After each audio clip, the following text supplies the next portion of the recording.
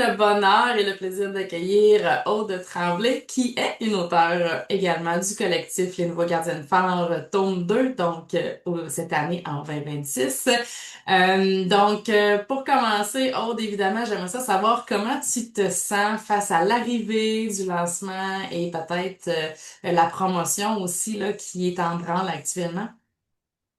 Eh bien, je te dirais que je suis un peu nerveuse, mais en même temps, c'est une excitation qui est enivrante. C'est ma première expérience là, de publication, alors c'est tout nouveau pour moi. Puis, je suis dans la joie de vivre ce processus-là et surtout dans la hâte de rencontrer tout le monde, Hmm. tous les auteurs du collectif. Ouais, ouais. Mm. Et comment s'est présenté le collectif dans ta vie? Comment c'est arrivé pour que tu apprennes qu'on existe finalement puis que tu décides d'embarquer dans l'aventure? Eh bien, disons que ça faisait déjà un certain temps que recherchais un accompagnement. Mhm. Et puis, j'avais essayé déjà d'autres accompagnements. Puis, ça cliquait pas avec moi, là. C'était pas vraiment, ça répondait pas totalement à mon besoin. Et puis, une bonne journée, j'ai vu la publicité sur Facebook. Et puis, le gardien du phare m'a beaucoup appelé parce que le phare, bon, j'ai fait la route des phares en Nouvelle-Écosse. J'ai écrit un texte qui s'appelle Les 10 phares de la vie. Alors, quand j'ai vu le nom, ça fait OK. C'est une coïncidence que je peux pas passer à côté. Mhm. Fait que ça Mhm. répondait à ma demande de trouver un accompagnement adéquat qui correspondrait totalement à mes besoins. Puis, je suis loin d'être déçue. Je te dirais, impressionnée du professionnalisme et de l'accompagnement dans tellement d'amour, de douceur et de présence. Alors, c'est Mhm. ça. Ben, merci pour tes bons mots. Évidemment que on l'accueille avec beaucoup, beaucoup de joie. Pour le bénéfice des gens qui nous regardent aujourd'hui, le Gardien de phare, c'est vraiment un service d'accompagnement littéraire. Donc, on accompagne les gens dans leur processus d'écriture et le processus de transformation qui vient avec souvent, même à travers le collectif. Alors, dis-moi comment as-tu fait ta sélection de la personne que tu allais hommager ou si peut-être c'est venu d'un automatisme de choisir la personne à qui tu rendrais hommage?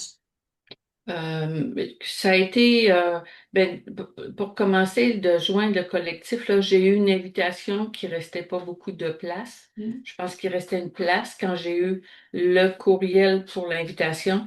Puis il était tard le soir. Puis me suis dit non, non, faut que j'ai tout de suite envoyé ma demande. Mm. Puis c'était comme clair à ce moment-là que c'était ma mère.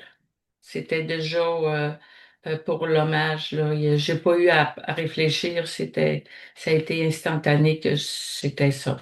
Mm. Mm. Donc, cette évidence-là t'a amené à écrire, évidemment, au sujet de ta mère.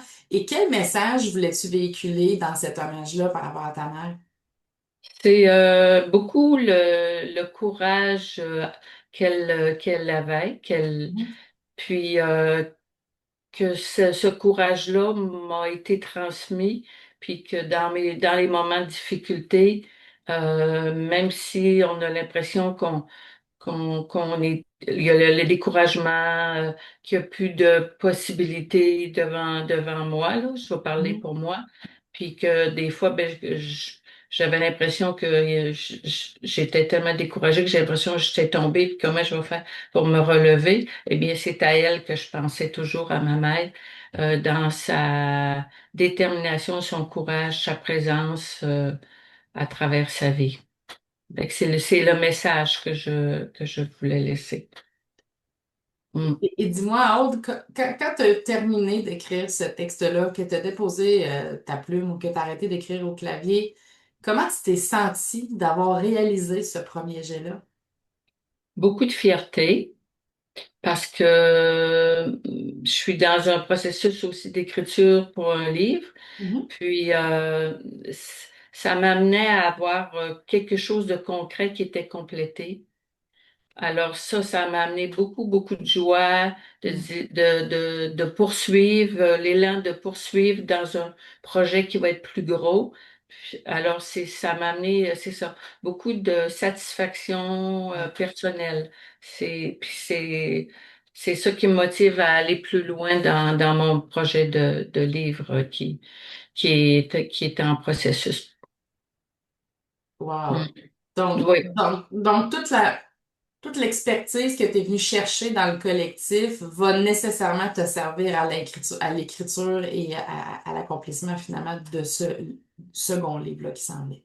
Oui, puis le collectif, pour moi, ce que ça amène, c'est aussi un peu retrouver une famille où tout le monde va dans le même but Mm. d'un livre, d'une écriture. Donc, c'est très, très propulsant. Plutôt que parce que l'écriture est quand même un processus qu'on vit seul, Ouais. quand on écrit, on est seul. Alors, d'être dans un collectif permet de sortir de la solitude pour parler avec d'autres qui sont dans le même processus. Alors pour moi, ça, c'est très, très nourrissant, puis Mm. très propulsant d'entendre les autres dans leur processus d'écriture.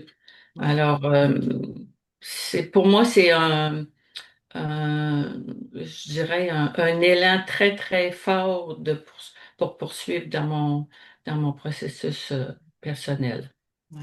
Et est-ce que tu as en tête un invité spécial qu'on a eu pendant nos 10 rencontres, en fait, qui a été un coup de cœur pour toi dans tout ce processus-là? C'est Sonia Soleil. Hmm. Oui, Hmm. c'est vraiment elle, dans son dynamisme, apporte bien son nom, là, c'est un rayon de soleil. Puis son sourire, sa présence, sa conviction, je dirais. Hmm. Alors, beaucoup Sonia. Mm. Hmm.